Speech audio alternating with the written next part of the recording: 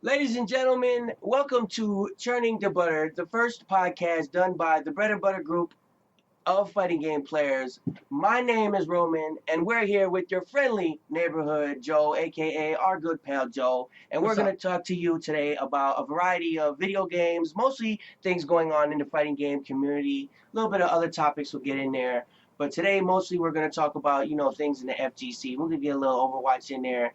But the FGC, the fighting game community, is where we shine the most. So, the first topic I'd like to talk about today is, Chilling? yes, the most polarizing thing that's going on in the FGC right now. And I will admit, Mr. Roman here is a Capcom apologist. I mean, I'm gonna let you know, I think Capcom does a couple good things, but truth be told, they don't deserve their spot on the crown. And as a Capcom apologist, I will say that my friend is completely 100% utterly correct. The truth is that Capcom has been stinking it up. Thank it. And the reason that I'm a Capcom apologist is because that's my introduction into fighting games. Street Fighter is my favorite fighting game. I like Street Fighter V, despite a lot of negative things you could easily say about the game. Well, first, you should let them know how long you've been playing Street Fighter. Well, my very first fighting game that I ever played was Super Street Fighter 2, and it was on the SNES, and it was my very first video game I ever played as a human being in the world. That was my first introduction to video games as a whole, and it was the only game I owned for a significant number of time. And I'm 28 years old, I'm just going to let the world know. And for 20 of those years, it's been fighting games of every sort, kind, thing you could imagine. I've played JoJo's Bizarre Adventure. I've played the weird-ass fighting games that you can get on PCs, all those different games. Everything from Marvel 2 to Injustice 1, Injustice 2, Tekken, from Tekken 1 all the way to Tekken 7, and everything you can imagine in between. Anything I could get my hands on. All right, so I don't have such a storied history with Street Fighter. I actually did not like Street Fighter.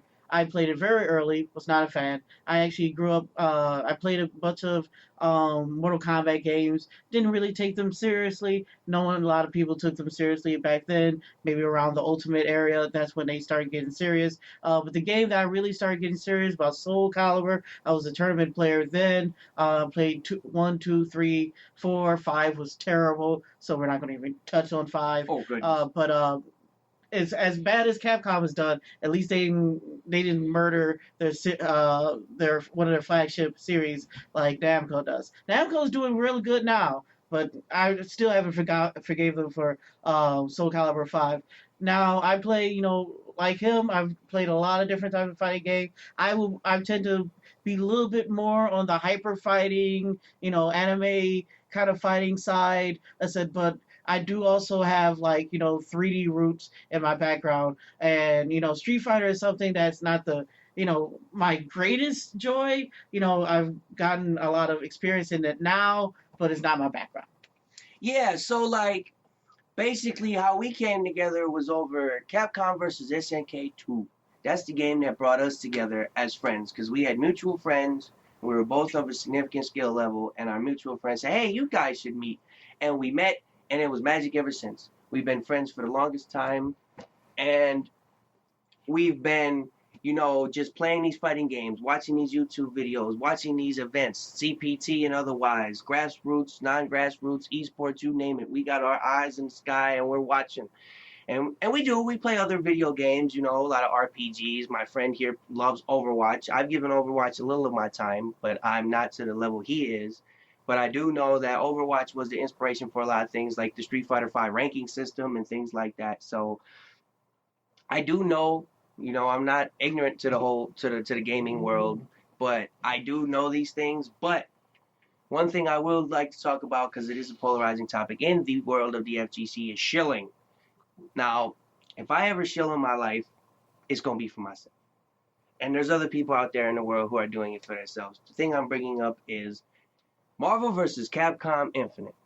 The much anticipated, or maybe not so anticipated, fighting game from Capcom that's coming out in September, right around my birthday, to be honest.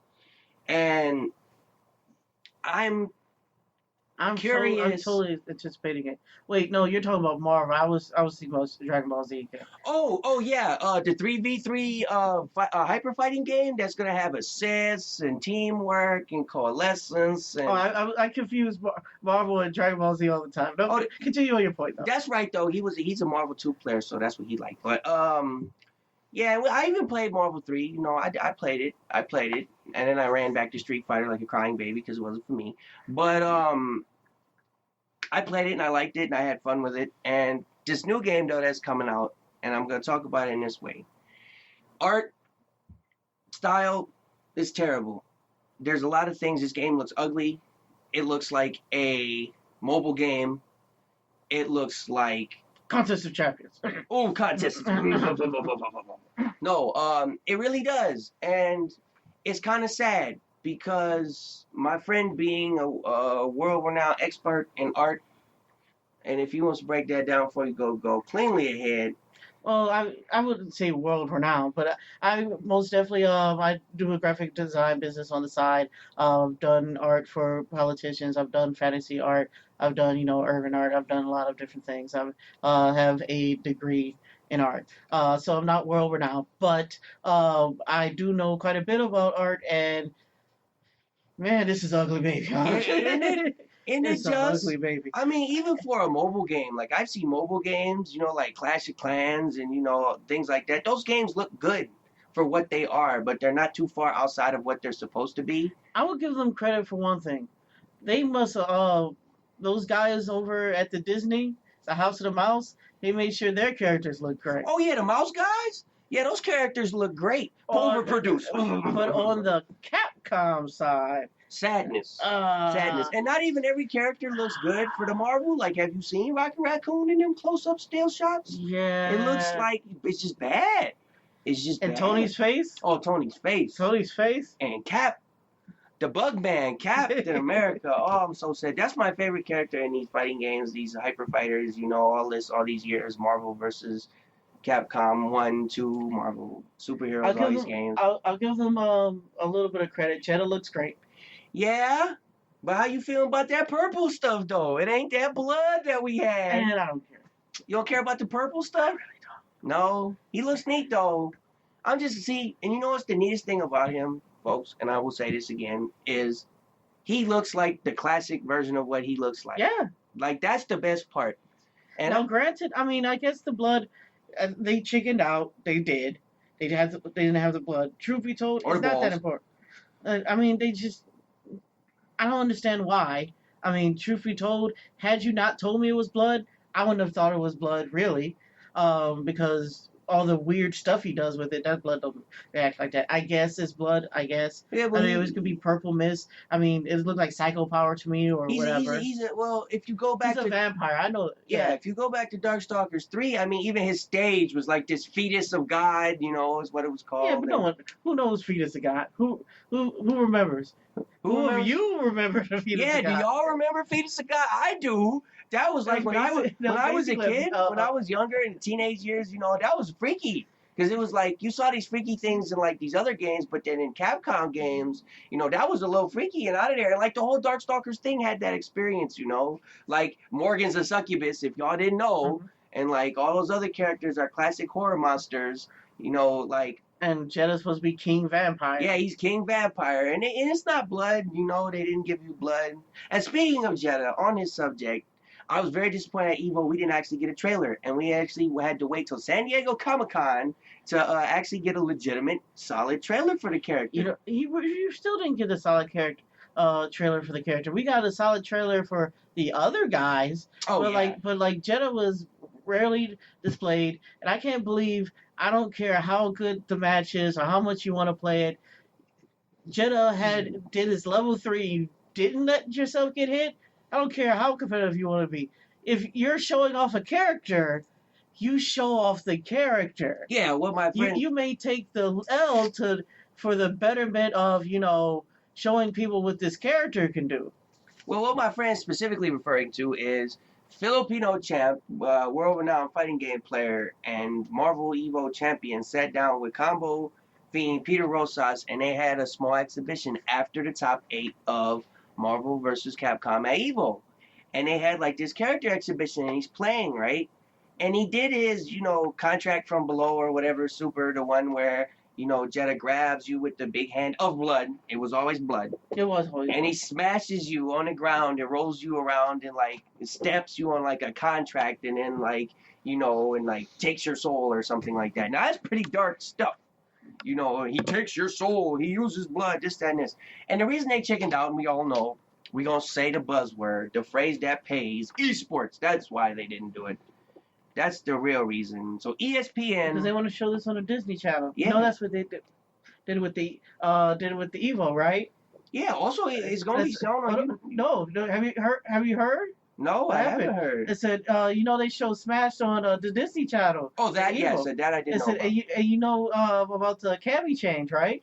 Oh, yeah, where they changed Cammy's costume so her booty's not hanging out on network television. Yeah, so, like, that's the thing.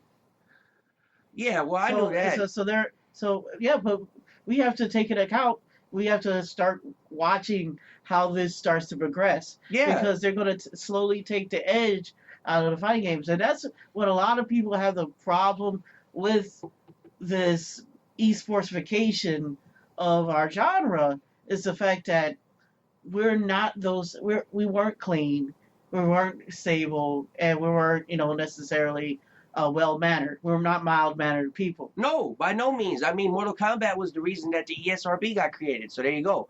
Like, and speaking of Marvel vs. Capcom Infinite, there's been a lot of people, now this might hit some folks, but I'm going to just say it because it's how I feel.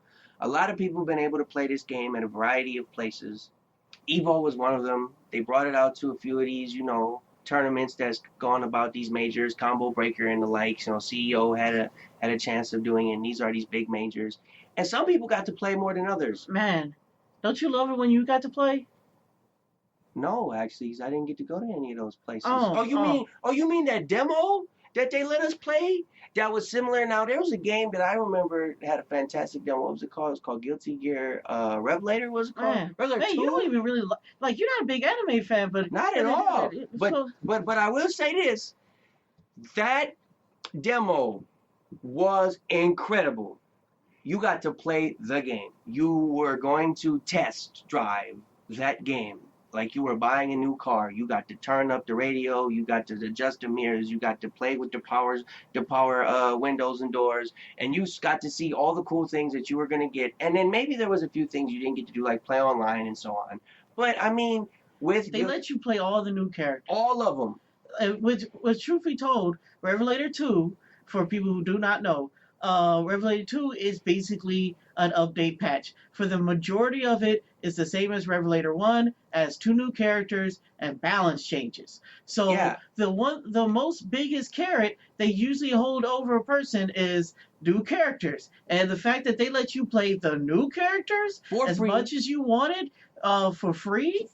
That's amazing. And then I get this Marvel demo, and I get story mode, which I didn't want. No. It had no challenge. Like, what's the most important, the most interesting part of that entire demo, Marvel demo?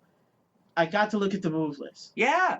That was the coolest part of the whole thing. But you didn't get to pick what characters you got to look at. No. You didn't get to pick what characters you wanted to see. God, no. You didn't get to do any of these things. Or run sets with my friend. Or run sets with your friend or play people. Like, they could have easily just given us, I don't know, 6 to 12 characters, somewhere number in there, and just let us play, our heart's content of versus mode. The demo could have been nothing but that.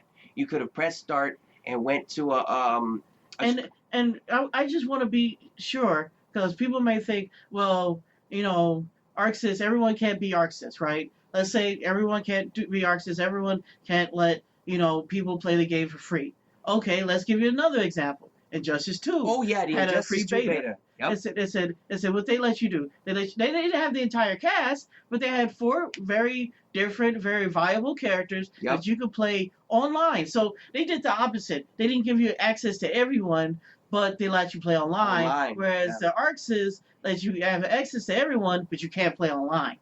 And from what I remember, Revelator sold pretty well. Yeah, it did. Revelator 2 sold pretty well.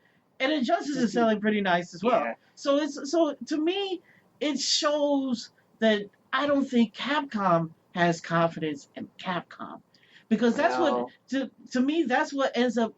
That's the sign of someone who's not confident in the product and the thing that they're making. When your other compatriots and your other comrades are doing something and able to do these things, right? And they're not shy, they're not holding this thing back, and you're unable or unwilling. I'm not sure which one it is at this point. Both. But I don't think I can't think it can't be unable. It feels like both. I think it's unwilling. Okay, well the reason I think it's both is because if you're not, I think if certain people in Capcom could, certain people in Capcom would. I don't think that everybody has like for instance, and I'll name drop again, like Combo Fiend, right? I think if it was up to him, we'd get this really awesome demo and be able to try all these things and do all this stuff. And that guy is great. Been a fan of that man for years. I was glad when Capcom picked him up. I thought he was going to do wonders. And the chosen one. And he kind of has, right? And he kind of has. But, like, my point is, like, that guy, if I believe if it was up to him, we'd be right there competing with all these other people, you know what I'm saying, doing all these other things. But, like, I don't think the higher echelon Capcom decision makers are really, like, giving people the ability to do that. And it's because of the first thing you said, where they're not willing. They're not willing, so the others aren't able. That's kind of why I say it's a little bit of both. Because I think if it was up to some of the people, we'd get one thing. Because it feels like there's two different parts to Marvel vs. Capcom Infinite. There's the guys who are making the gameplay aspect, and that's one way. And then there's the art, the hype machine, and then there's the art people, right? The people that make the look and the feel of the game, and they feel like two totally different, entities. Like one people's designing what the art looks like in the cinematic story and the UI and the UX, the user experience and the little, menus and such. And then you got people who are designing the mechanics of the game, like getting down to the nit and grit of the mechanics of the system. And it sounds like those are two separate, completely different groups of people. And I wouldn't be surprised if it is. And I think that those fighting game designer people who are making the mechanics and all that, they would love us to be able to do all these things. But I don't think that the other group and the higher-ups at Capcom itself would allow us to do that. I don't think that they feel confident, so they're not allowing the first. It's kind of like the left hand doesn't know what the right hand's doing. You know what I'm saying? And I understand, like this is actually worse than the Street Fighter V beta. And I know you had issues with the Street Fighter V beta. Yeah. Because you had to pay $60 in order to. Basically, you had to buy the game in order to try the beta. So what's the point for us for a beta? And I know people say, well, demos don't sell games. Well, at this point in time, they do because betas are synonymous with gaming at this point. Oh, yeah.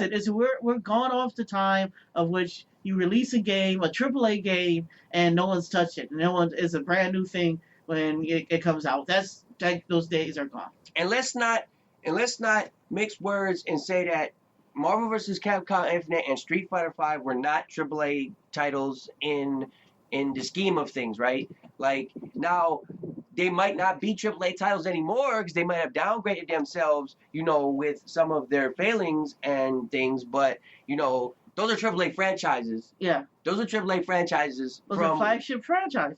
From what is believed to be a AAA developer, you know what I'm saying, in Capcom. That's the perception. And it's kind of sad. And, there's been these privileged people, like I've been saying, who got the right and the privilege to go off and, record these games.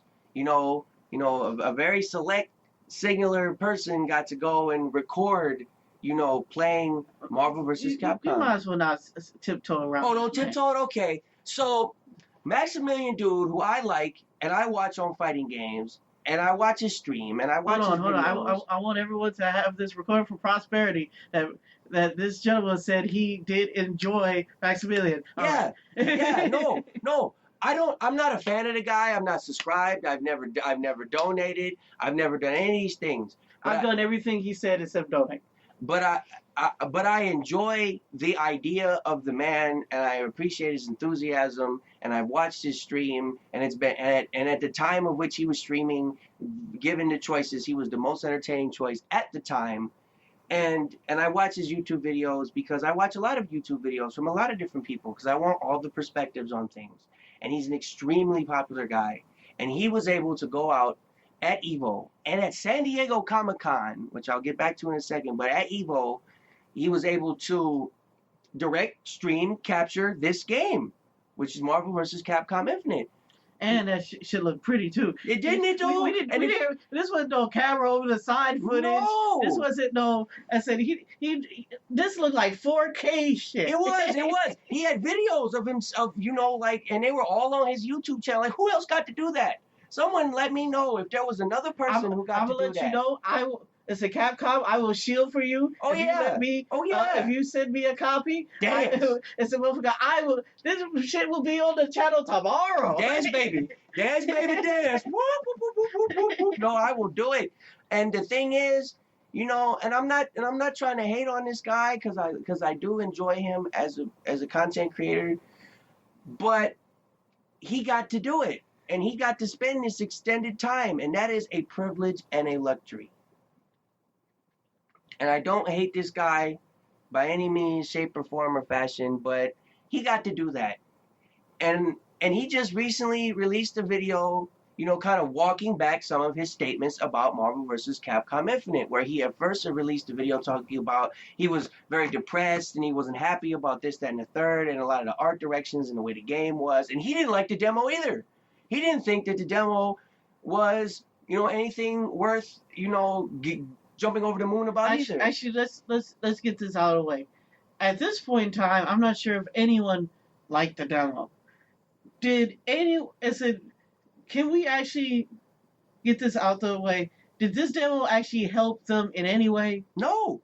I actually, most people disagree with this, but sometimes nothing is better. Yeah, and this is actually one of those times. Nothing was better. Yeah, I would have rather have not had this demo because it made me even more depressed about the whole experience. Like, they knew we wanted something, and this is what you gave us. It wasn't a tease. Like, if it was meant to tease, it wasn't a tease.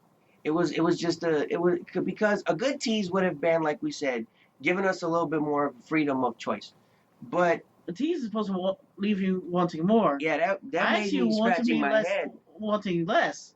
Really? Like, I actually sat there and was like, man, I wish I had not gotten this, so I had gotten this in a better, more pure state. Because here's the thing, and I will say this, I've heard other people say it, and I'll say it because it makes sense.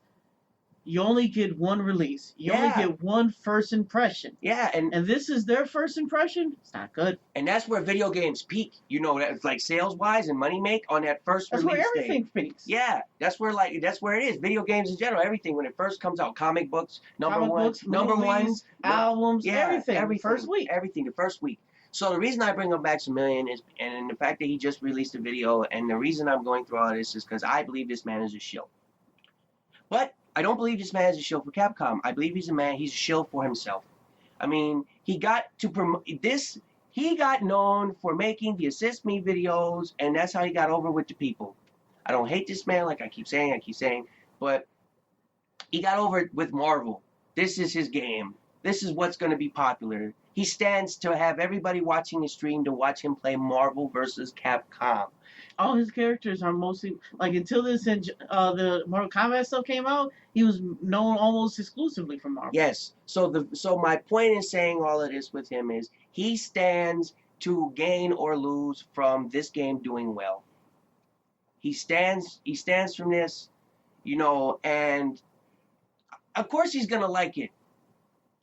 Of course he's gonna like it that he got to play this game and got all this time. I mean, if me or you or anyone else got the same experience he did, we might like how the game plays too.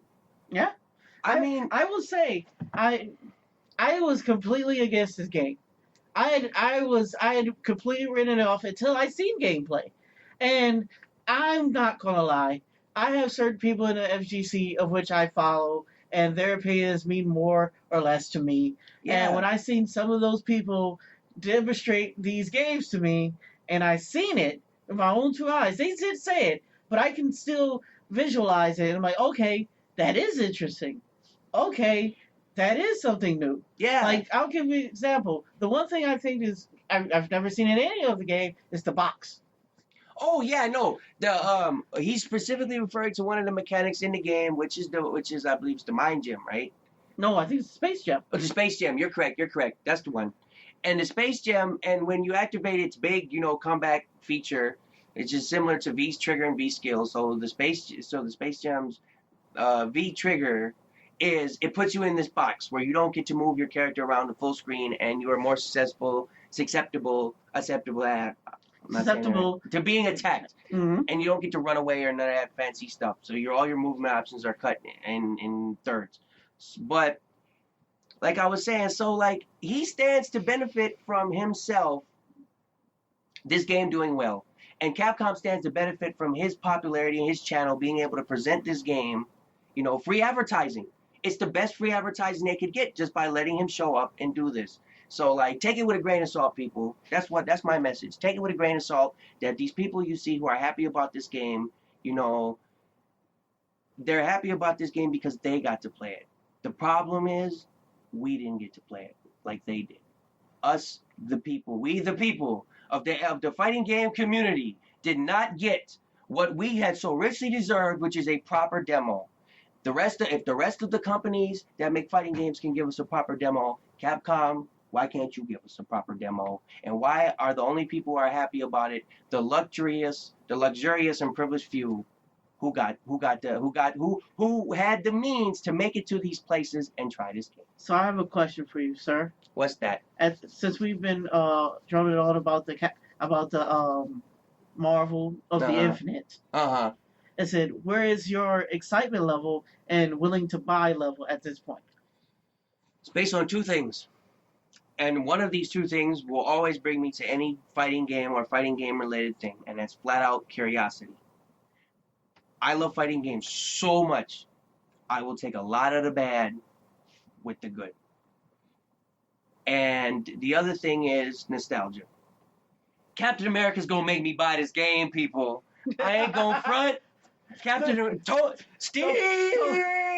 So I just want to let it be known. The Capcom, they got me. They still got him. They got me. They still got like him. I said, though. I will say I am less enthusiastic about this game. Yeah. At this point in time, they're gonna have to get me off of Injustice. They're gonna have to get me off of Dragon Ball Z when it comes out. Oh yeah. They're gonna. At this point, like I used to be the guy who bought a fighting game. I would buy fighting games just to be buying them. Just because I want to play them. Yeah. I said, even if I didn't play them for very long. This is the curiosity. But Capcom has actually soured me so much. Yeah. Where, like I used to get all the new widgets and stuff like that. Street Fighter V. Oh, man. I didn't even get Abigail. I didn't get the brand new character. Nope, I did. Brand new character came out. I did. Didn't get him. And I love all 1,100 hit points of that bastard. But he's not going to replace my main character, which is Birdie. So I play these big body grappler archetype characters. So he was right up my alley. So if you give it a 1 to 10 likeness to buy, it's still 10. It's still 9, 8. 7 but it's not good reasons, people. I'm not gonna lie to you. So you're saying you're gonna buy it, but you're not recommending it. It's not bought with a recommendation. No. I am a niche customer when it comes to this game. I am a very niche customer. I'm not gonna say I drank the Kool-Aid, but it's so ingrained in me for so many years, and I'm so curious to play. Steve Rogers. So and it's on that note, and that's sad. That's a sad thing that the only things that's gonna make me want to get this game is nostalgia, just because of something, and that's not. And the sad part is nostalgia. If you're a smart business person and you know like why people love your stuff, nostalgia's not hard to do, people. It's not. It's not hard to do. Give people, if you've always done what you always have, you always get what you've always got. And what's really bad about this is I can understand they can't control the Marvel side of this. That is completely understandable. Mm-hmm. But let's talk about that cast, though. Yeah, that cast, man. Like, they can't control the Marvel side. We understand. So I said, why? but why are we playing? Like, I'm a guy who played Nemesis in Marvel 3 Yeah, on my team. yeah. And in And Marvel I don't 2, want to see this guy. and in Marvel 2, his favorite character was Venom. Yeah. Much anticipated Yep. is this Venom. So tell me this: why are most of the new characters in the game DLC? Why are they mostly coming through DLC? If you look at what most of the characters are coming, At this point, yeah. well, yeah, it's cash. I mean, it's cash on the dollar. But I mean, if these, but here's the thing: they think that's gonna work for them. If they don't sell the game the first way, DLC ain't gonna show up. because yeah, it's like we said, the game's gonna make the most money in the initial release. So You can't sell DLC for a game no one wants to buy. right. And to be honest, Jeddah and Gamora. If it wasn't for Guardians of the Galaxy movie being so awesome, most people wouldn't even know who Gamora is. They really wouldn't, because besides these Guardians of the Galaxy movies, she's a pretty obscure character in the Marvel comic book universe. And I like how kind of Gamora looks, but I'm gonna be completely honest. Gamora could have been anyone. Really? Because her character, like, there's nothing characteristic about her moveset. Remind me. The giant sword is not something that Gamora's known for. Remind me again, Joe. Hmm? Who was the character in Marvel 2 that had the beam sword? What was his name? Hayato. Hayato. That character reminds me so much of him. Oh man, I never even thought about it. It reminds me so much of Hayato. It's Hayato with guns. Isn't it Hayato with guns? Like, she's got the slash moves straight out of Marvel 2. What was his game? Psychic Force, wasn't that it? Psychic Force. Psychic Yep. Force. No, not Psychic Force. Psychic Force is another game. Plasma Sword. Plasma Sword. Yes. I don't want to get rained by the guys. No. We're trying to remember old stuff. You know what I'm saying? Plasma Sword. Plasma Sword. That was it. But I mean, she easily could have been him. I mean, it doesn't feel so much different. At this point, I would have been happier if she was him. Yeah, I think people would have. Now, granted, it would have been super obscure, but at this point, who wanted Nemesis? Like, you're saying, like, people are like, well, it's our Resident Evil representative. No, because that's what Chris is. Also, no one wanted Chris. Yeah. Why didn't we get Leon? What? Well, everybody's saying Leon. People should have gotten Leon. Come on now. I wanted the main bad guy from Resident Evil 7 to be up in there. The guy that keeps showing up. I forget his name. But I want Wesker? No, Resident Evil 7. I'd have been happy with Wesker. Oh yeah, Wesker. I mean, we got a lot of returning characters from the last game. Wesker didn't show up though. Well, no, Wesker didn't show up. Wesker Jr. didn't show up. I said, we could have seen Wesker, or I could have gotten what I really wanted. But they kind of mixed them up in supposedly in Frank West. But I really wanted old Jill. Oh yeah, not Jill from Marvel 3. Jill from Marvel 3. Oh, I'm from Stars. Jill from Marvel 2 with the bazooka and the zombies walking across the screen. Yeah, no, and the dog jumping for the frisbee. And the real Nemesis who comes out in one of her supers. Oh, and the big clawed monster. Yeah, that's how actual Nemesis looks. Why he's wearing a trench coat makes no sense. But you know why Nemesis was originated in Marvel 3, correct? You do remember that, and if for the folks who don't, he was literally made as this giant character to be put alongside Sentinel. So that Capcom had a representative of a character that was so big and so tall, he could be put next to Sentinel. Where's Sentinel? Yeah, where is Sentinel? Can we get Sentinel? Do we not understand like the nostalgia of these Marvel games enough to know that Sentinel, Storm, and Magneto are like at this point, Sentinel, I guess it is tied to the X-Men. I understand. But truth be told, I don't think they have to fight hard for Sentinel. I don't think, yeah. As a Sentinel at this point in time is more famous for Marvel than the X-Men. I mean, in that X-Men Saturday morning cartoon only helped back in the day. Because like some people may remember the actual giant robots. How many of them remembered their name was Sentinel, and how many of them connected the dots between these two guys? Because the Sentinel in the game looks nothing like the actual Sentinel you see in the cartoons. No, it doesn't. In the comic books, the Sentinel in the game is damn near his own character at this point. And to wrap it all up and to put a nice little bow on this whole thing, the very first Marvel experience for a fighting game that was extremely popular, that was made by Capcom, was X-Men Children of the Atom. X-Men, children of the Atom, not Marvel superheroes, not Marvel vs. Capcom 1, Not that whack ass Avengers fighting game. not that whack ass Avengers fighting game. It was X-Men. X-Men were the beginning. They were the seed that became the tree that bloomed and blossomed with all these fabulous fighting games we have now. X-Men is the roots, people. We gotta go back to our roots. We're forgetting our roots. You know what I'm saying? We're forgetting our roots. I mean, well, I have this feeling that the Mouse God is listening to us. Oh, I hope they are. And if you're listening, Mouse God, we praise you and we pray for better days because we're not seeing them. Is famine not feast around these parts in Capcom land? You need to get it straight with that woodland creature, Yeah. Mouse God, Yeah. and give us our Capcom Marvel characters like we're supposed to have. Because we know you're the real reason this whole thing happened. Yep. Because Capcom, truth be told, dropped the ball on it. Yeah.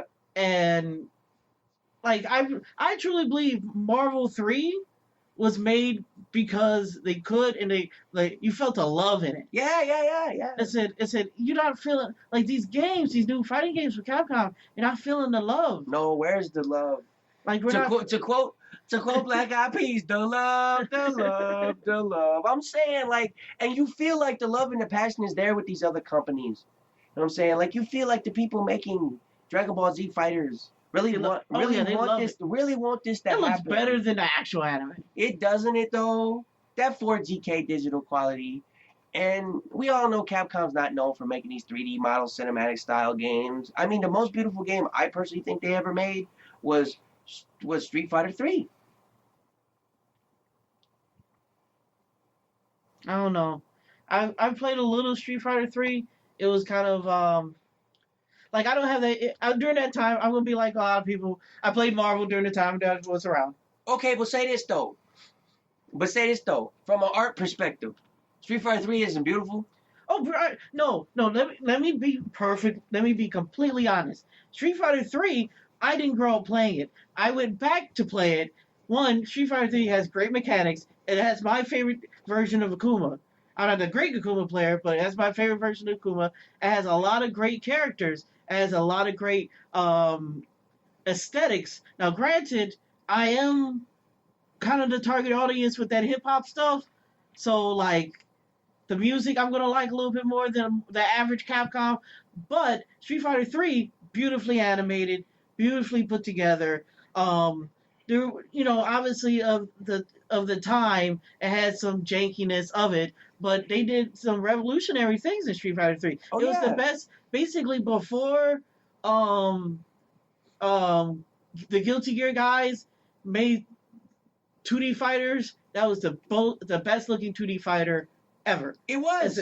Now, once Guilty Gear came on the scene, they had a fight on their hands. Yeah. But until then, there wasn't nothing. It was beautiful. And some of the groundbreaking mechanics my art professional friend is alluding to is if you take some of the characters like Elena, right, who was one of the characters in that game, she was specifically made to show off the abilities of the CPS3 arcade board, where when she turned from left to right, she had differences in her one side of the screen than the other. I mean, Colin, who was in the game, her nostalgia costume in Street Fighter V, which is a throwback to her, is literally half in the way her hairstyle is, so that when she's on either side of the screen, she can literally be viewed differently. You see differences. That was something they did in Street Fighter 3 that was new for that time. Yeah, a lot of it was Street Fighter design earlier, and it was a lot of video game design earlier, was symmetrical design. Yep. And the reason why symmetrical design was they didn't have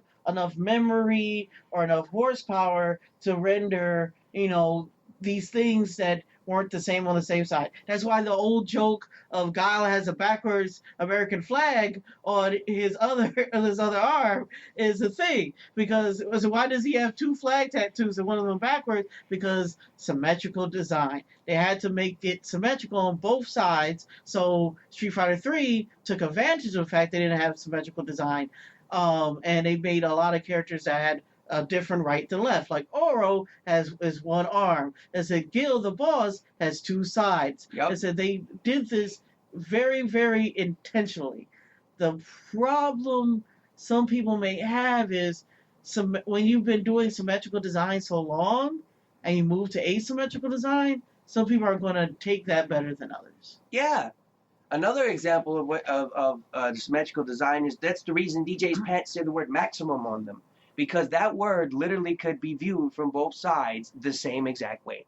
That's literally that like little bit of lore. That's why his pants say that. That's the only real reason too. It really doesn't have much to do with his moves or anything like that. Although he always had max out, which I was really sad in Street Fighter 4. The name of that move got changed. It should always have been max out.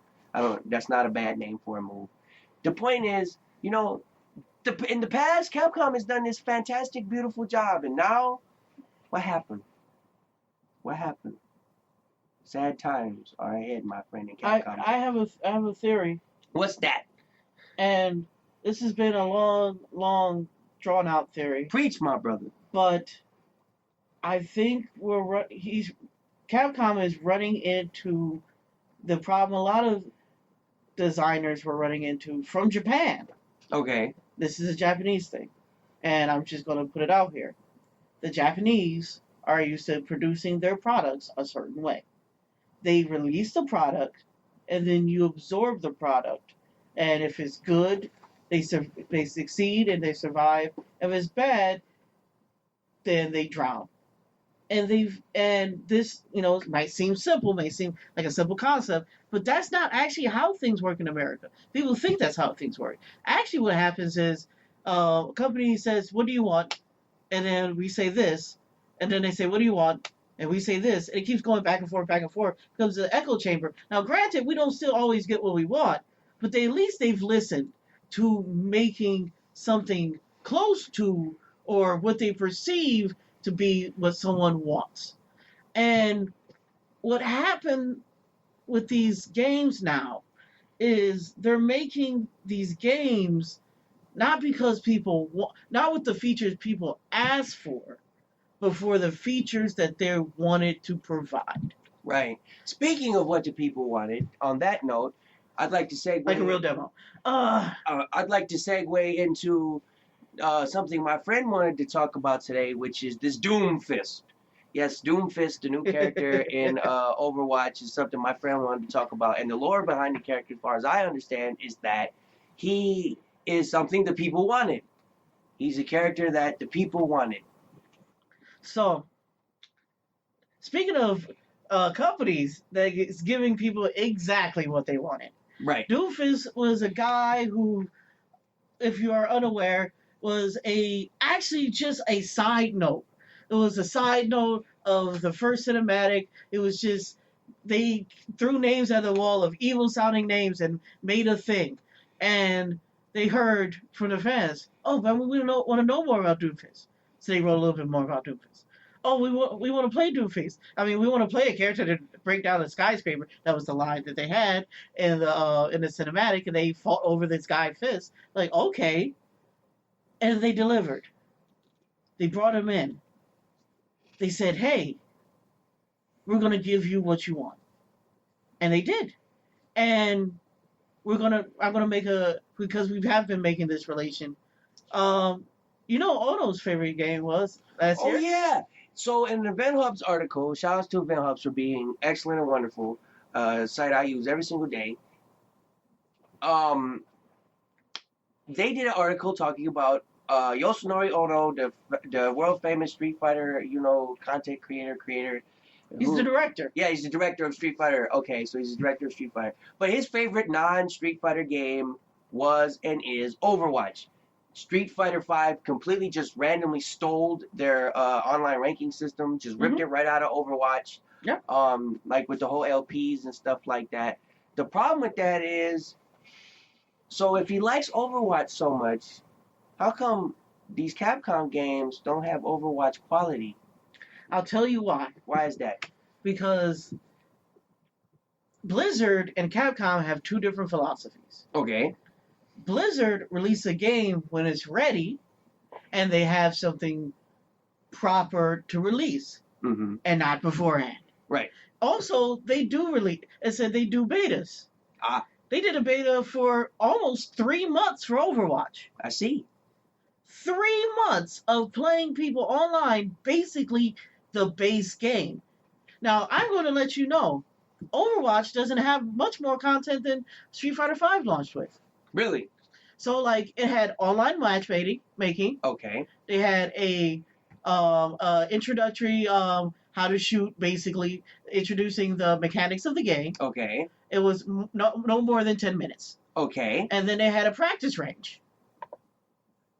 You mean like how Street Fighter V had online matchmaking, a short tutorial when you first turn on the game, and a training mode? Yeah, actually, now that it's you the think exact about same it, thing. really. And but the problem was, so Street Fighter V didn't reach sales goals. Street Fighter V didn't give people what they wanted. They had decent gameplay, but they locked their gameplay for the spotty beta test. Spotty at best. At best. And you had to spend $60 behind a $60 paywall. So you had to buy the game to get into the beta. Yeah. Overwatch beta, if you had to Steam, I mean, you had to get lucky and get that key. Yeah. But if you kept on trying, it was out there for you. Yep.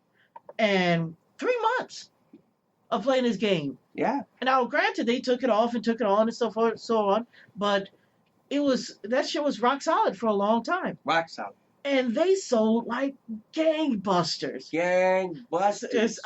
It's one of the highest selling games. Yep. Of all time. Of all time. It is probably one of the best reviewed games. It's a critical darling. It's won all these awards from critics, from game developers, from fans. So it's tell it, brothers. Tell it. So we have a very similar structure for these two games. These things aren't unrelated. Amen. And the games actually, if you follow competitive Overwatch, because that's the thing that I don't. He may. It said we like competitive games. It said we play fighting games competitively. I play Overwatch semi-competitively. I'm not as competitive as other people, but I get in there. I said we also play Magic. That's something that hasn't been on the thing, but we play that competitively. Oh yeah, Magic the Gathering. So we are competitive people. We are competitive gamers. Oh yeah. So, and certain things don't change when you talk about competitive games. No. So let's make all things equal.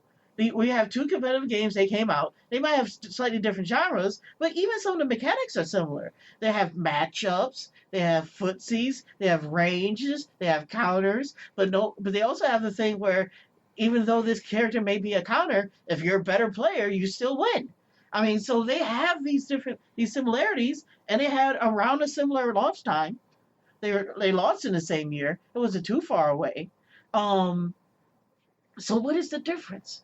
The difference is one company is interested in putting out a proper product that is going to, and they believe their quality in their product will lead to sales and,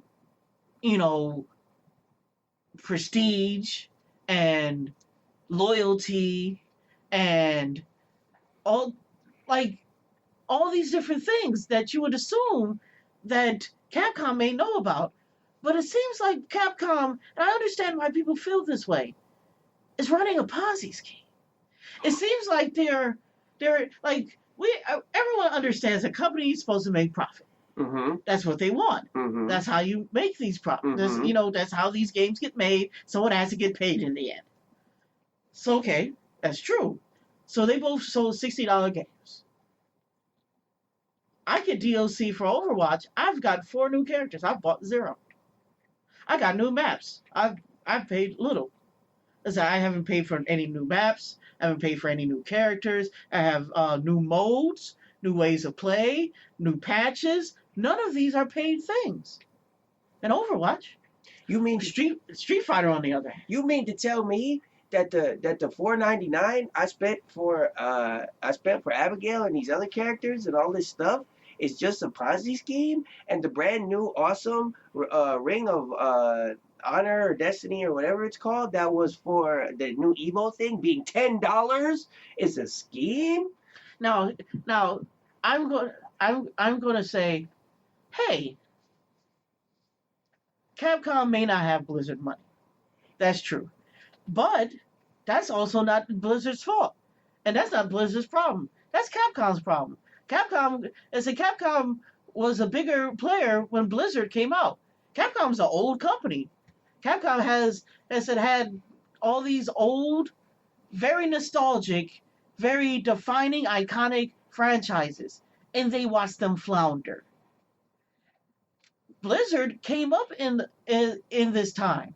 They didn't have these nostalgic franchises. They had none of these things. They had none of these advantages. Why are we not seeing these similar results if we are putting out similar product? They said Street Fighter V was going to be service as a product. Overwatch, same thing. And so they're all biting off this Dota, these MOBA type deals of how to sell and make a game. They're basically saying that, hey, we're going to make these games and we're going to sell you this initial product, and then we're going to continue to support it, and that's how we're showing our loyalty to you, and your loyalty to us is going to be you're going to continue to support this product for as long as you're interested.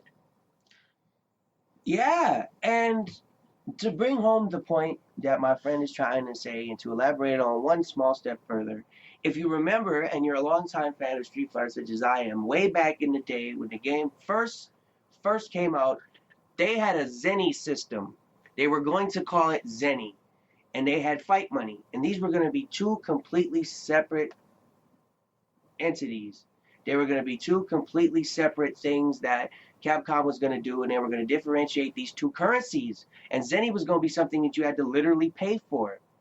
Not too unsimilar to Injustice 2, which has this crystal system and these different things you can buy. No, let's be completely clear now. There's a big difference between those two. Because the crystals are for cosmetics and to help you skip out on things that you buy in the game, or like for increasing levels. The Zenny, remember, was used for DLC products for actual gameplay content. And remember, the Zenny was more similar to the arcade, where you go in and you buy arcade tokens. Okay. I paid $4.99 for a bunch of Zenny. And Zenny say he gave me 800 Zenny. Where there's nothing in the game that costs 800. There's stuff that costs 600 and there's stuff that costs 900. Okay. So it was an arcade system. Right. Where you exchange, real money for fun bucks. But your fun bucks never end up.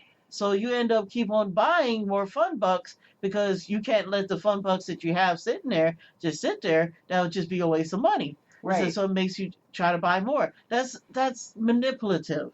Isn't it? That's how you get. Now, granted, people say, but Overwatch has loot boxes. And it wasn't until recently that they had, they revealed, the chances that you got these, legendaries. And it wasn't until the Chinese government forced them to. And then it wasn't until they improved their, these chances for these duplicates. And the returns on those are small. But here's the thing. I don't have to buy loot boxes to stay up to date in Overwatch. No. I have to buy these characters to stay up to date in my fighting game. Yeah. If I don't buy Abigail and I don't buy these new guys, I'm not going to be up to date. No. I'm just not.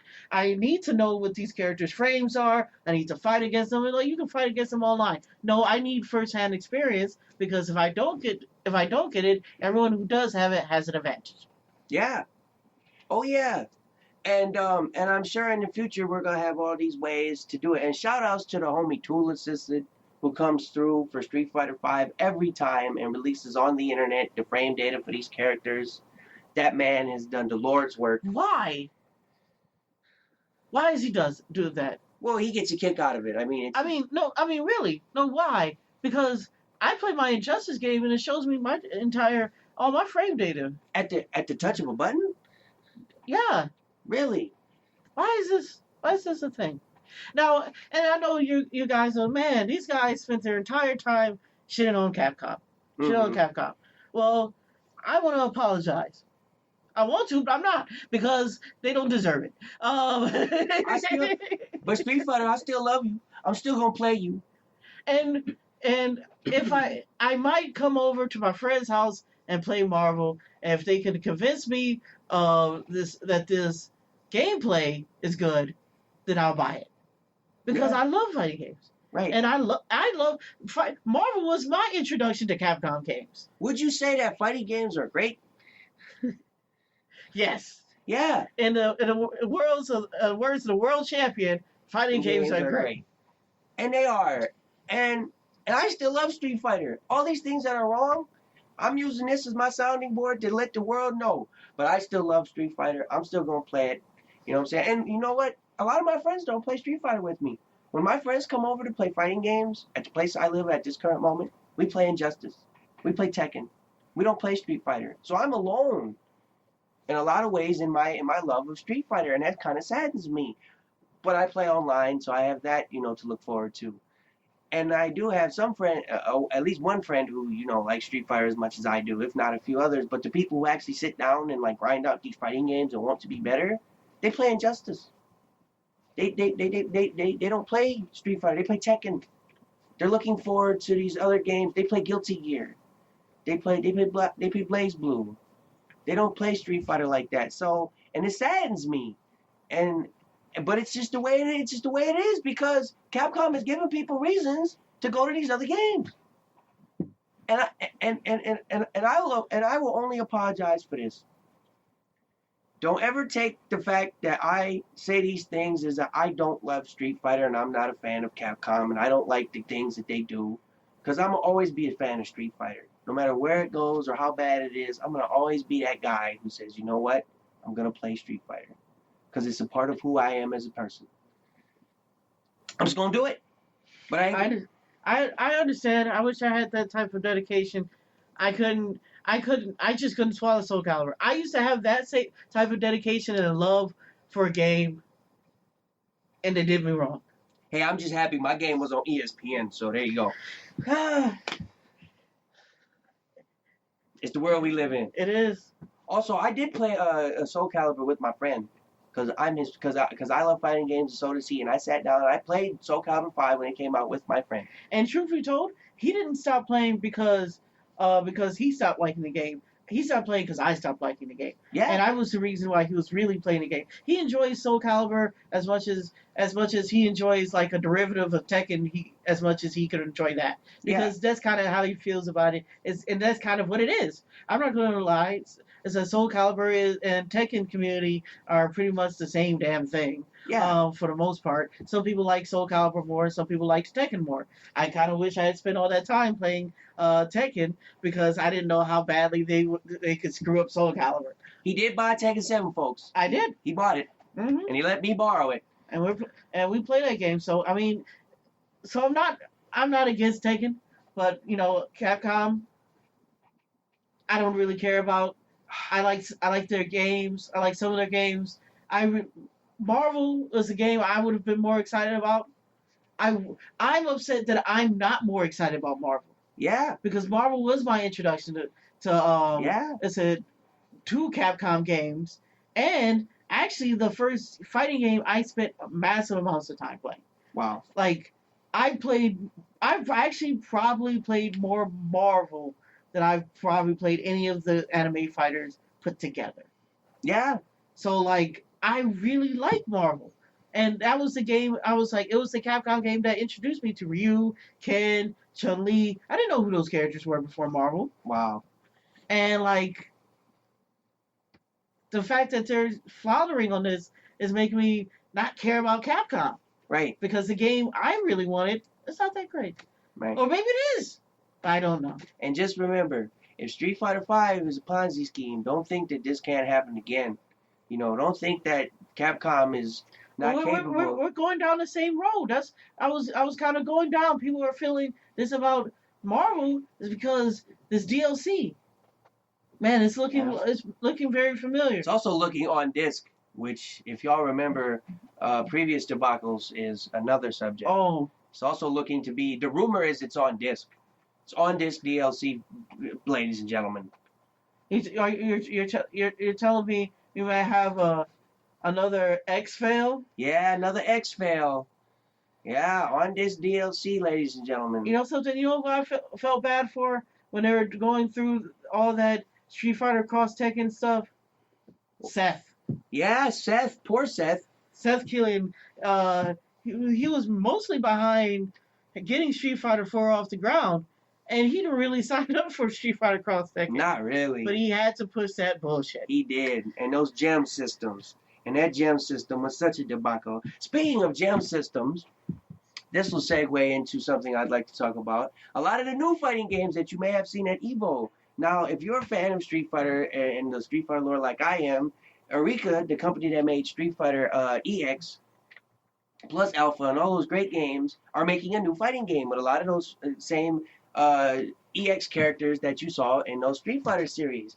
And that game, believe it or not, has a mechanic called decks. And those decks are essentially the gem system. When you start your game and you play in that game, and you can find this on the internet in a short YouTube search, you choose from a set of what essentially are gems. And gems in the way of, like, you get hit 10 times, and then you have more defense. All those little tiny micro, interactions and changes, mechanics that you had. Like small achievements. Yeah, like small achievements that you had in Street Fighter Cross Tekken are in that game.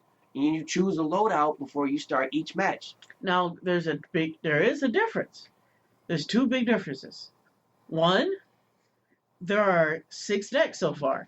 Yep. They might add more, but they're set. They're preset, so it makes it easy for fighting games and fighting game tournaments and people who are coming over to play with their friends to have a similar experience. Because that's important in fighting games. In any competitive game, it's important that everyone has the same baseline experience. Now, Injustice has kind of tweaked it where they has these gear stuff, but you can turn that off. You can have a same baseline experience. That's the cornerstone of a competitive game.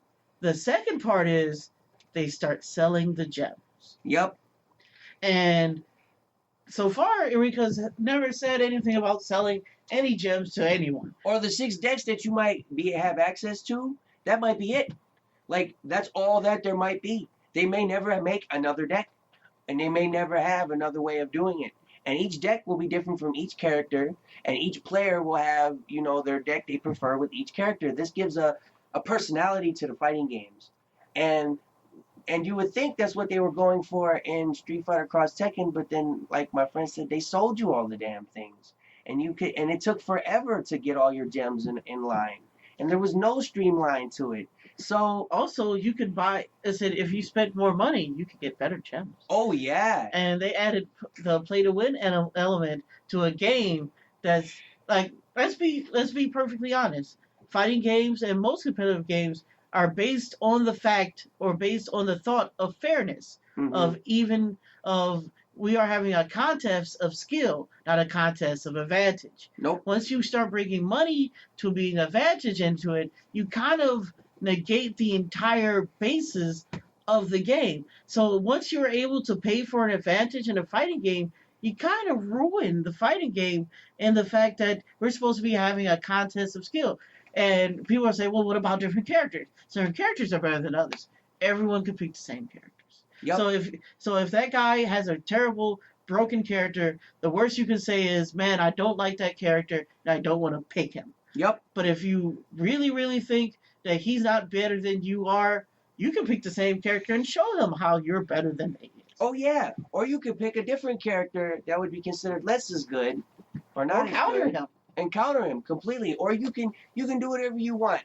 And the biggest hope that you can have for all this DLC as far as characters go is they bring something unique to the matchup. And by saying that, I refer to the design of Abigail for Street Fighter V. When a lot of people saw him on that EVO trailer, were extremely disappointed. And then when you turn out, you run around, you play him, you find out that he's extremely technical and he's very weird and wonky and different. Yes, he can do 600 damage in one combo, but it's not what people really asked for. They didn't really ask for a character like Abigail. And if you look online at his trailer, it's mostly on YouTube. It's mostly thumbs down for the way he looked. And it's like one kind of step, like Capcom stepping in the pile of shit again. They're stepping in it, and they stepped in the mud again, they shot themselves in the foot again. And it's like, where is the mentality that these people have?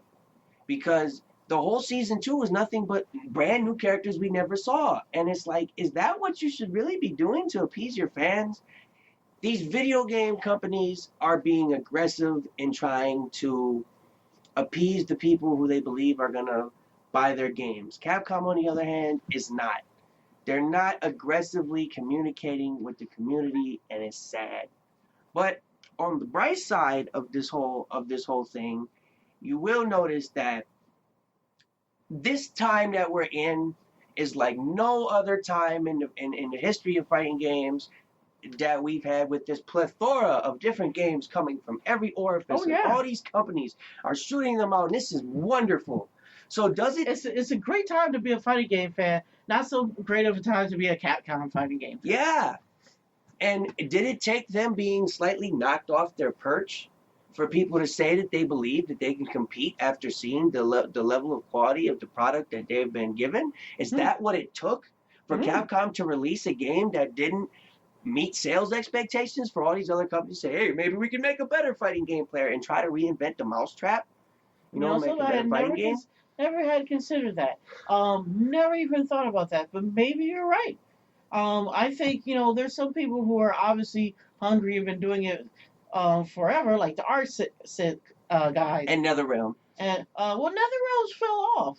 They came back in a big way. NetherRealms had forgotten and, lost all hope in fighting games. And Boone said he never wanted to make another Mortal Kombat to save his life. He never wanted to build another one. And then Mortal Kombat 9 happened. Yeah. And thank God for that. Even if you don't like all these other fighting games and you're a person who says, oh, this fighting game is not for me, and the new cross-tag battle animal game that was shown off at EVO is not your bag, and you really don't care, you can support the people who do play these games you don't like, because we are the FGC, and we are one family in that, fighting game community. So support people enjoying these games. Even Super Smash Brothers, which is extremely not my bag. I support all those people to be at EVO.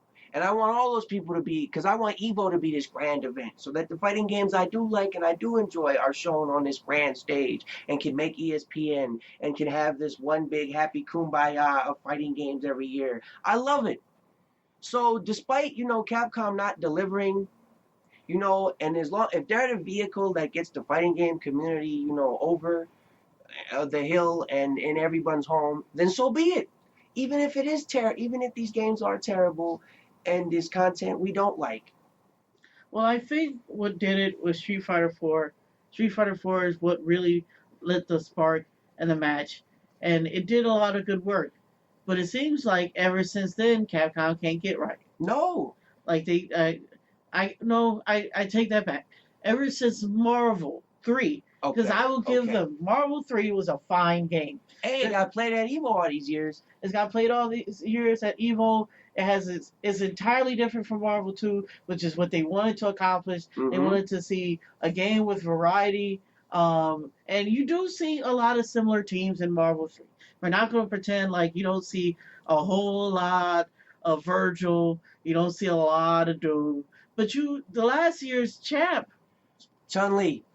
I wasn't even talking about this year's champ. This year's champ had Chun-Li. Last year's champ was all big guys. Yeah, he played 3 large-sized characters. And he wasn't from America. No. Which is, for those who do not know, America has been dominant in Marvel since the inception of Marvel. Yeah, it was America's fighting game. It was the one we could win at EVO. It was the one you could count on America to winning at EVO.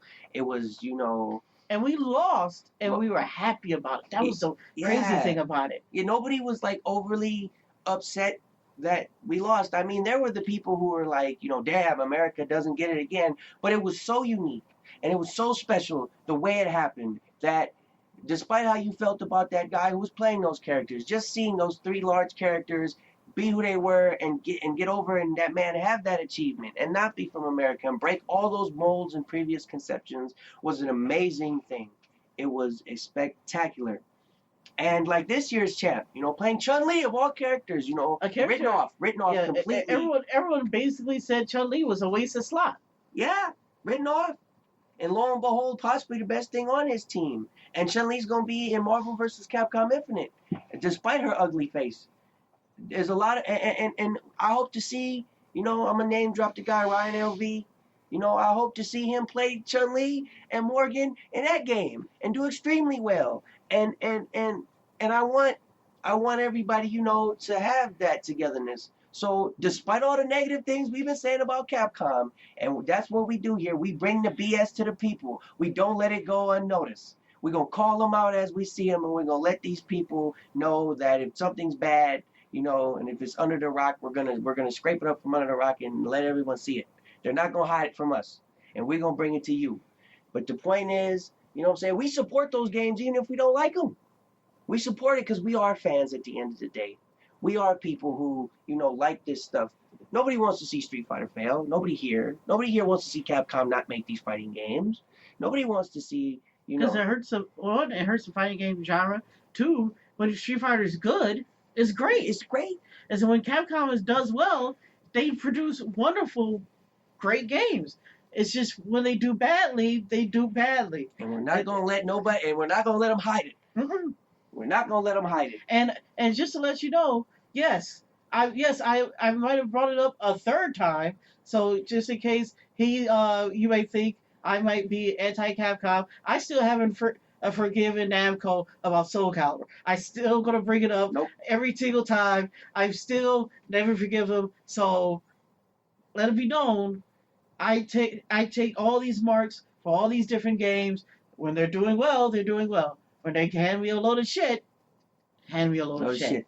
And we're gonna let the world know that it's a load of shit if it is. And I'm gonna say this. Now I got a question for you.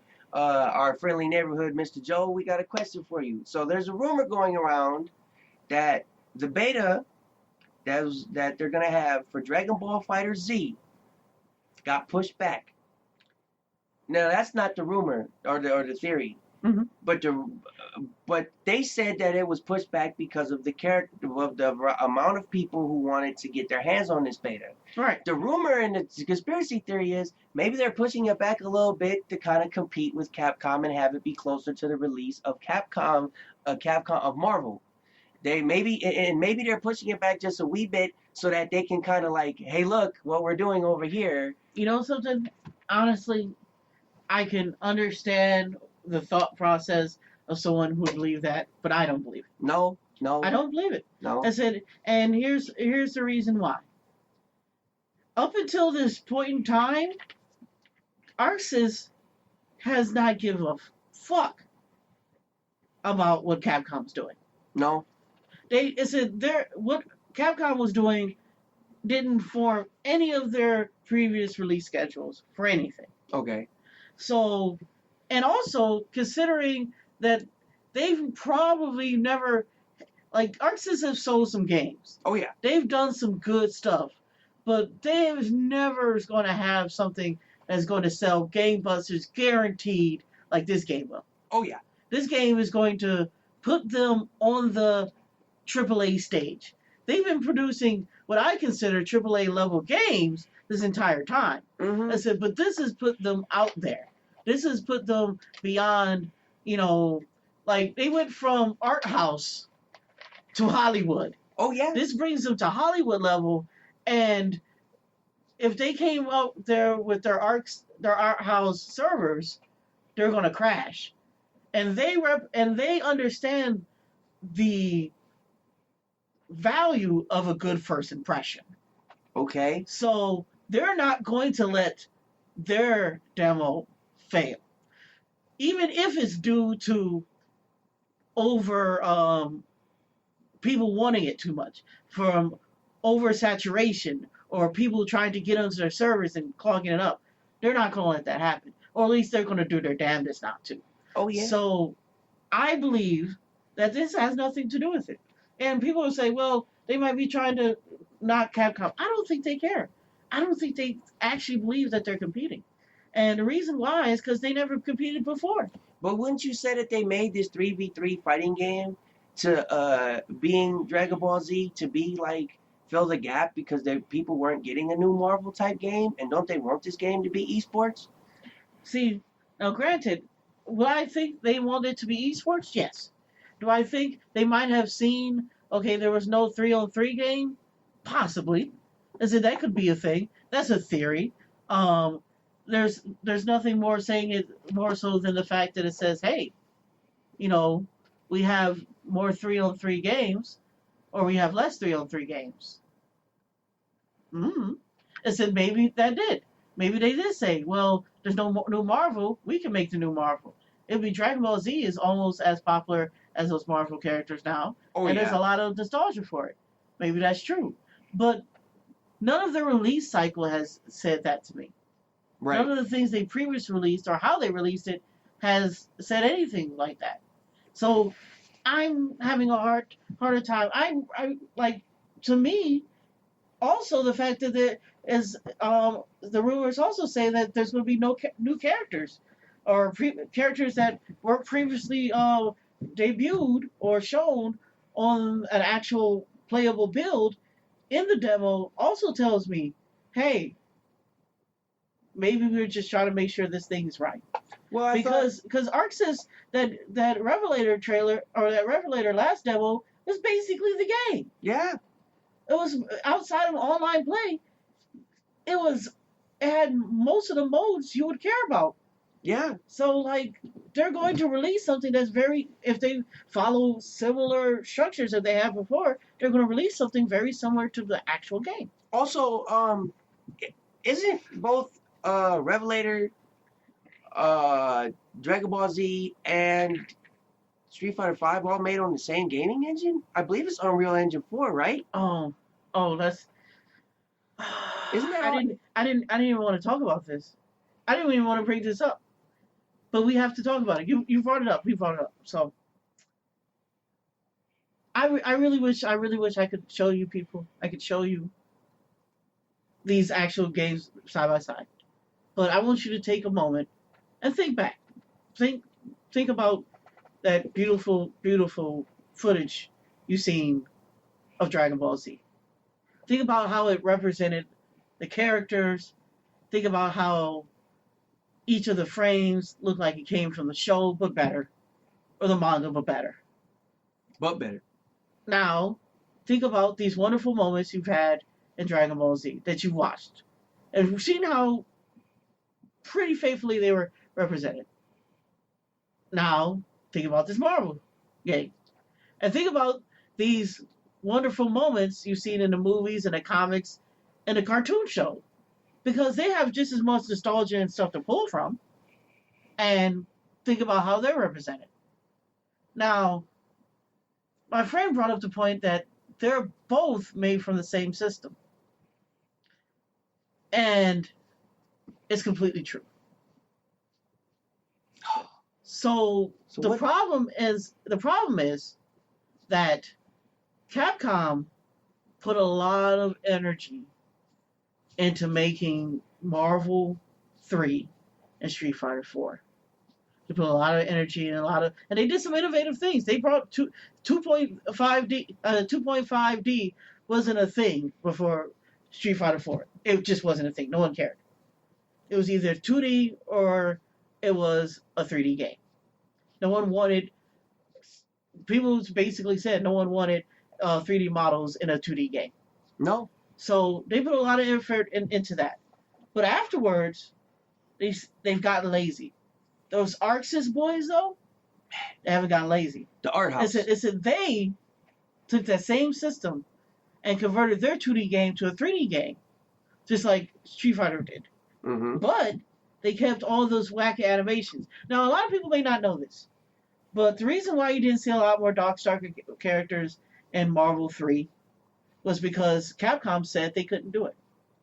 Capcom said there was too many transformations, too many different models, there was too much movement, too much all these other things, deformations and stuff like that in order for that to work. There's no way you can bring something with all those different variations and changes and stuff like that from a 2D sprite-based game to a 3D model-based game.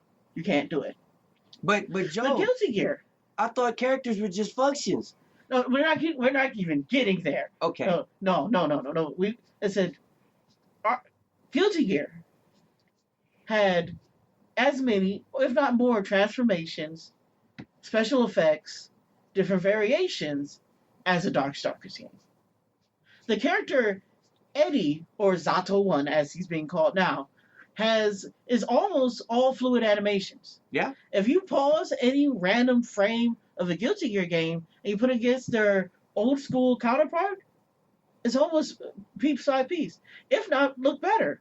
So if Arxis, if Capcom wants to actually spend their money correctly, that Sony has been giving them to build these games, and then Disney's built them to build these games, they might want to invest in like a big nylon bag and like maybe a white van, and just steal the artists from Arxis, because obviously the people they're hiring ain't cutting it. No. And they can't seem to buy better people. No. So they might have to kidnap these motherfuckers. I'm saying. Because they can't seem to do it. I see one company, they have the same tools, and Axis doesn't have as much money as Capcom. No. Not even close.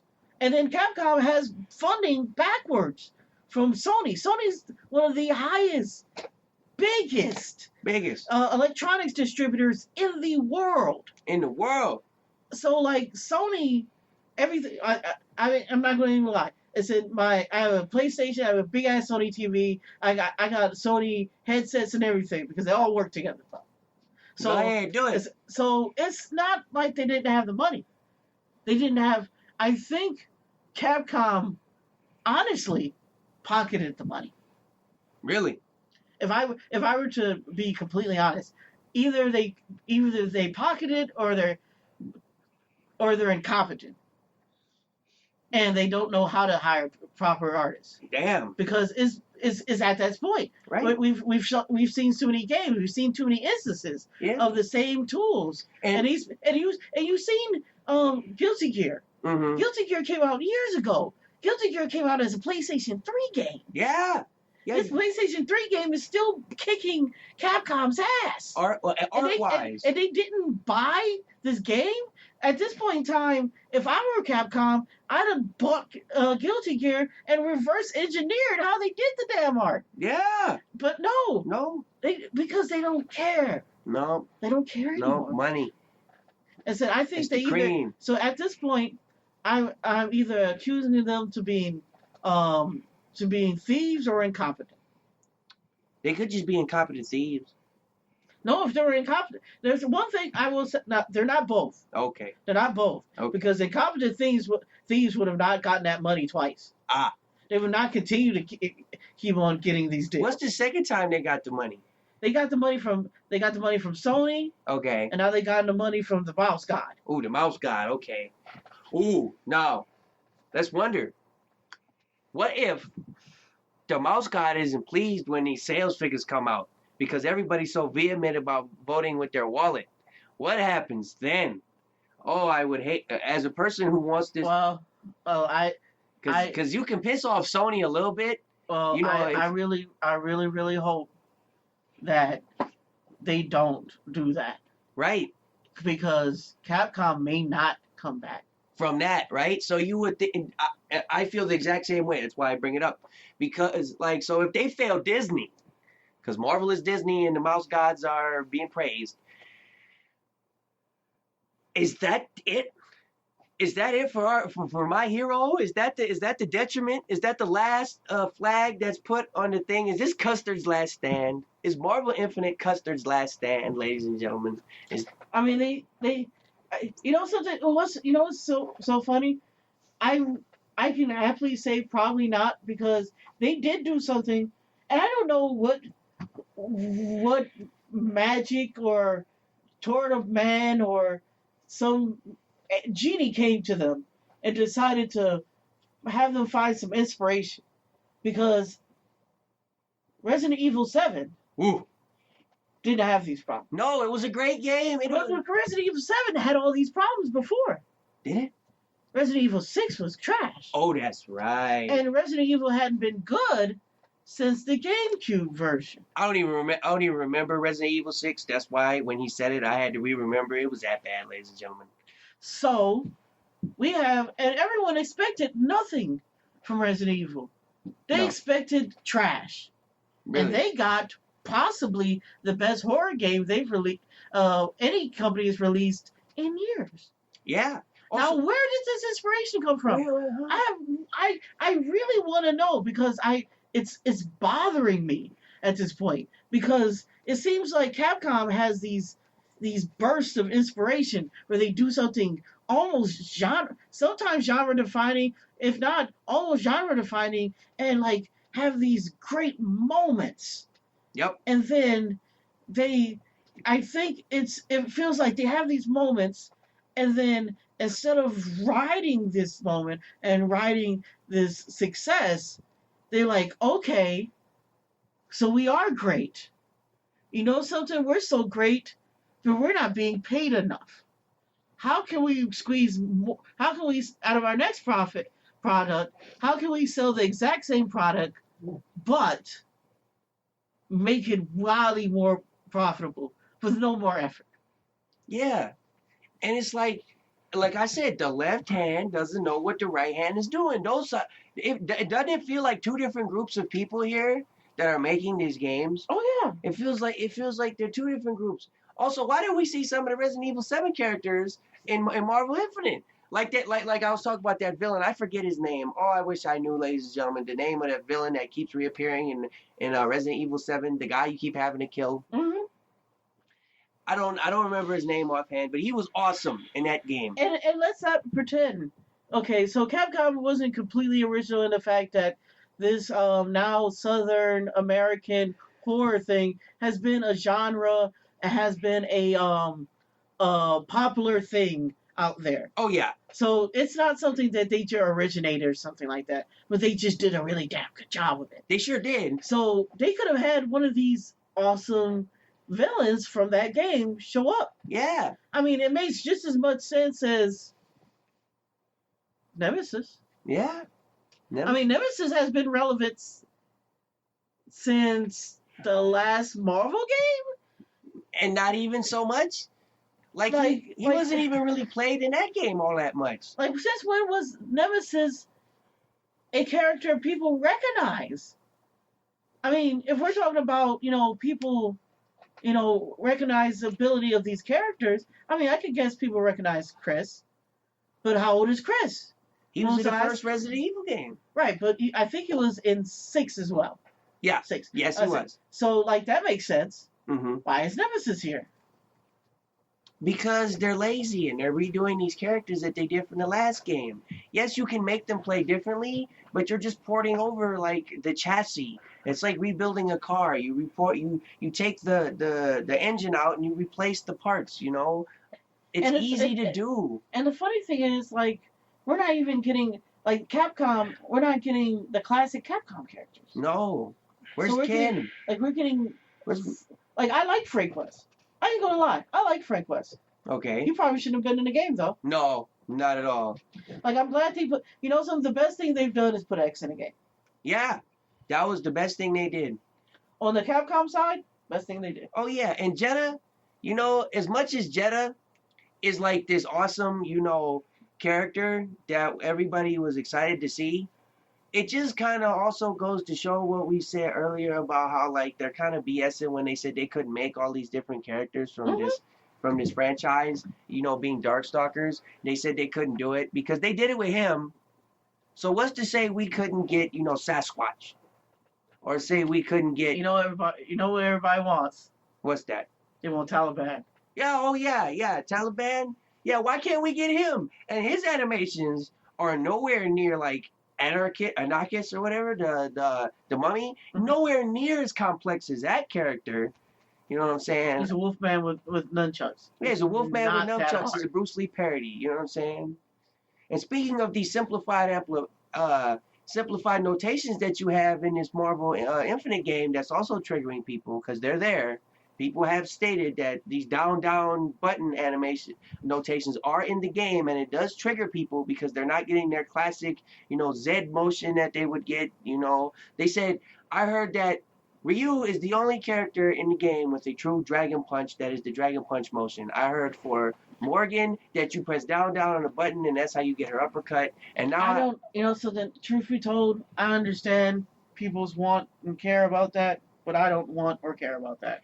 And the only reason I say I don't want and care about that is it kind of makes more sense in a Street Fighter game than a Marvel game. Yeah. Because Marvel that's not the execution of the individual moves have almost never been the difficulty curve in Marvel. Marvel's difficulty curve is performing this combo and these moves successfully 20 times in a row, or movement or stuff like that. The actual individual moves themselves isn't never been a restriction in Marvel, truthfully, because Marvel's more about freedom.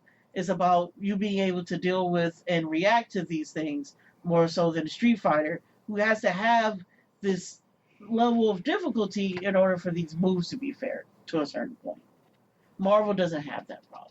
So these ups and downs don't really matter. Having a Shoryuken motion in Marvel, to me, does not matter, only for the simple fact that, well, I have this Shoryuken motion, but I have anti-air. Well, Shoryuken may not even be the best anti-air. Best anti-air most of the time can be chicken blocking, or it could be a wide variety of things. So, that should never have been or will be the difficulty in Marvel. And Marvel is a fine, difficult game without a Shoryuken motion. Right, but the only reason I bring that up is because they had that in the past with similar characters. For instance, Jake Taliban, the character guy you're referring to, had a down-up kick motion. Mm-hmm.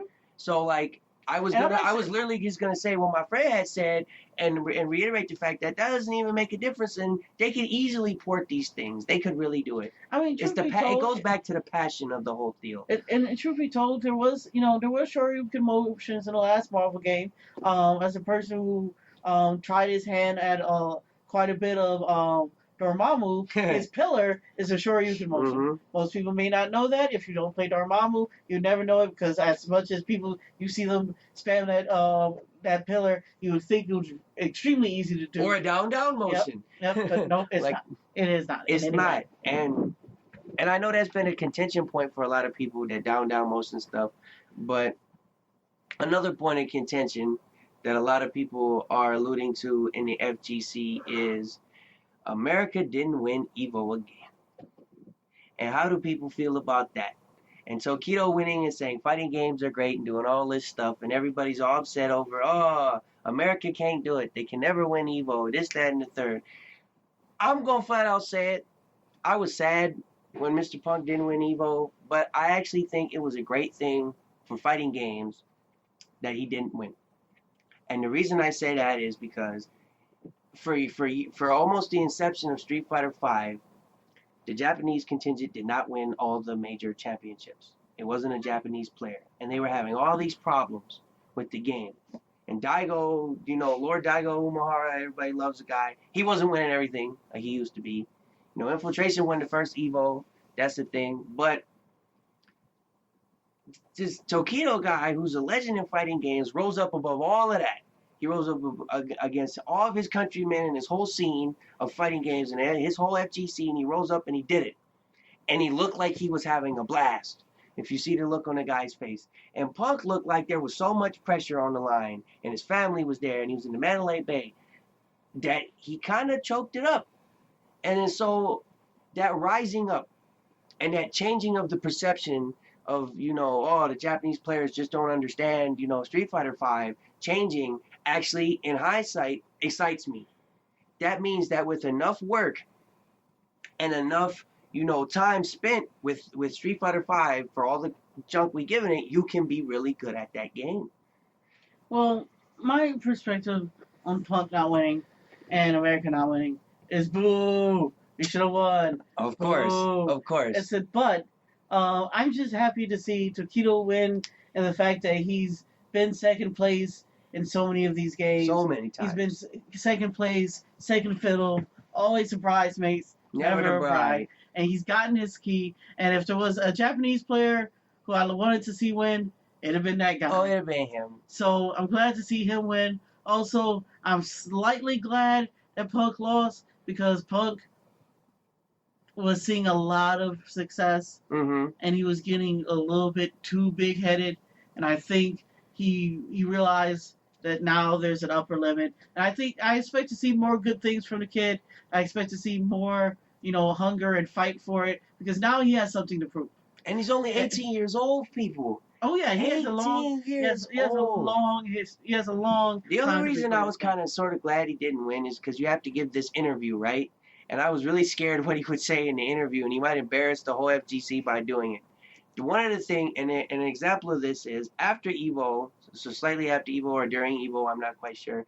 They had this Wingstop HyperX event where they did all these weird game type things where like players who normally play on a fight stick had to play on a pad, and they had to have two people on a fight stick at the same time controlling the movements, and they played Jenga, which is this amazing thing, seeing like Tokido and these guys playing like this super intense Jenga, and they went up against the Super Smash Bros. Players. So you had SF versus Super Smash Brothers, and it was this amazingly hyped thing. And one of the things that happened in there was they put Punk on with the commentary team, which was Tasty Steve and Sajam, who are amazing commentators, and they put him on there. And Sajam is doing his usual thing where he's like, putting over the sponsors and saying all these nice things, and he was talking about, BW3s, which was the sponsor. Was one of the sponsors, and he's talking about BW3s, fried pickles and da-da-da. And then Punk goes on there, and he goes, well, I like Wingstop. And I'm like, bro, see, you don't quite get it. You don't understand. This is the 18-year-old, man child talking, saying, bro, these are the people, HyperX and Buffalo Wild Wings were the two people that made this event possible, this little exhibition of all this fun and games that y'all get to have, and any prize or any, thing that you get from this positively is a thing. Now, maybe he said it on purpose, oh, I like Wingstop anyways. That's not what you say at that time. Well, here's the thing. I know people are saying, well, why don't you just say what you really feel? Doesn't that make you fake? Does it make you think? No, I like the people who like me. I like the people who invest in me. Right. Someone once told me, you like the friends who like you. And Wingstop, if they started to sponsor and they started to care, then I would give more care to them.